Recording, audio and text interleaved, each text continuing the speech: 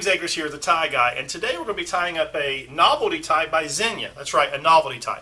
Zegna is not really known for their novelty ties. They're more classic ties, but this is a good looking tie. My sister found this and got it for me. Thank you, Michelle. Love you. And I'm an avid golfer. My daughter played college golf. I play amateur golf. We love the game. So this tie was just very, very fitting. It's a black tie with some design throughout the black. Some not textures, just some layers of design, some reds and blues. And then there's little rectangles of like yellow and orange with a golf ball teed up on them. So it's a really cute tie. And it's a Zegna tie, so obviously the silk's going to lay good. It's a thinner Zegna tie. It's not very thick, and nice width to it and everything else. Let's tie it up and see how this comes together here. So let's find our spot first.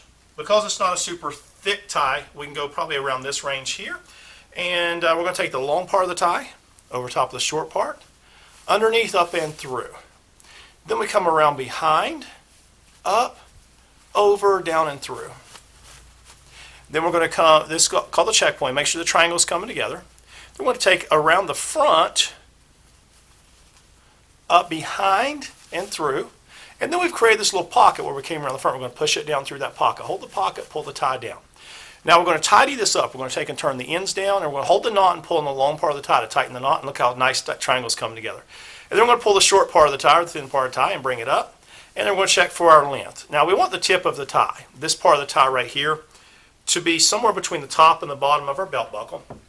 And this is coming out just below the bottom, so it's absolutely perfect. And then we pull the collar down. Let's take a look at how this all comes together here. Excuse me.